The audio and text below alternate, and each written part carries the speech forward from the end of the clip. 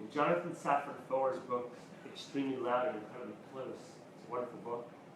He has this character who's a grandmother who says the following thing to her husband. She says, "When I was a girl, my life was music that was always getting louder. Everything moved me. A dog following a stranger. That made me feel so much. A calendar that showed the wrong month. I could have cried over it. I did. Where the smoke from a chimney ended. How an overturned bottle rested at the edge of a table. I spent my life learning to feel less. Every day I felt less. Is that growing old, or is it something worse? You cannot protect yourself from sadness without protecting yourself from happiness. That's simple. You cannot protect yourself from sadness without protecting yourself from happiness. One of my teachers, Michelle McDonald, she said, in our practice, it's like a flower opening. There's only two options. There's open, there's closed. Those are the options. There's not like open to this and closed to that. Unfortunately, it would be much more pleasant if that option existed. That option doesn't actually exist. It's like we're open to the storms and the rain and the sun, or we're closed to them all. And so our practice is to open, is to open, is to open. And to use our practice as an opportunity to do that, we actually stop. We stop. We stop trying to do something and require something. We stop trying to make something happen. We stop trying to be in control. We stop trying to be the general manager of the universe. It's a rough job, general manager of the universe. It's not your job, right? Nobody ever wrote that out as your job description. It's hard to remember sometimes. It's hard for me to remember all. It's like, oh, you can't control that. Right? You can't control what happens. It's not my job to control what happens. I'm not responsible for what happens. You're all going to have experiences on this retreat. I can't control that. I'm not responsible for that. Right? I don't know what's going to happen. I'm going to do my best to support you in that practice.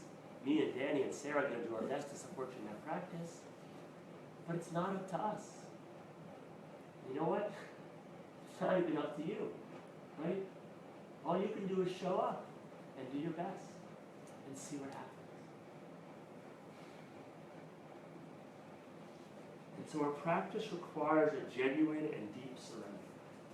The surrender of Yom Kippur, the surrender of stop trying to do all the time. And so we have a choice, right, about our practice here, about the fast, about everything we're doing. It's like, how do we want to approach it? We can approach this practice and our life with a lot of tension. I'm going to do this. I'm not going to give in to whatever it is. I'm going to make sure it happens. I'm going to control it. Or we can soften into it. We can let ourselves sink into the pain that arises, into the hunger, into the fatigue, into the thoughts, the desires, the feelings, whatever's happening.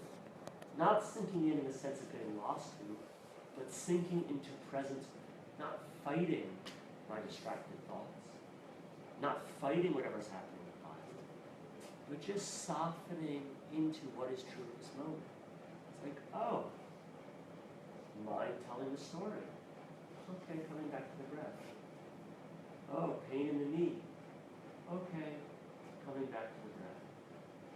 Oh, fear arising. Fear arising. Fear arising. I see. It's okay. It's just fear. Coming back to the breath.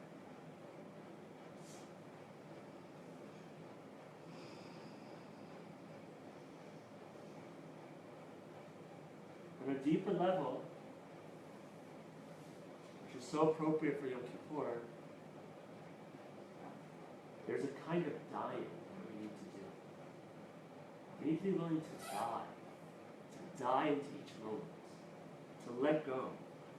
Yom Kippur, we don't do the stuff of life. We don't eat, we don't drink, we don't do sexuality, right? Over and over again on Yom Kippur and Rosh Hashanah, we're reminded of death. The liturgy, the words of the tefillot talk over and over again about death. Ni ba'esh, ni b'mayim, right? Who by fire, who by water. The Torah reading we do talks about death over and over again. On Rosh Hashanah, the birth of Isaac and the near death of Ishmael, the Akedah, the near death of Isaac.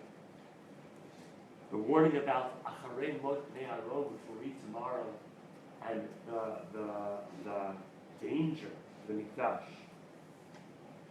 There is a specter of death which hovers over Yom Kippur. And it's necessary because we need to be ready to die to live. The Rambam says that death is necessary for tshuva, that our old self must die, and a new one be reborn. And he even suggests us taking on, the Gemara does a new name. Right? It's like we've been reborn, we take on a new identity. We're trying to do on retreat. The willingness to actually die is a willingness to completely let go. I want to just offer, like, how much can you die into the next breath? To just not hold on at all. To not cling at all. To not protect yourself at all. To not put up any boundaries, any armor. To not hold on to whoever you think you are. To just let go fully, to surrender, to die into your next breath. And then again into your next breath, into your next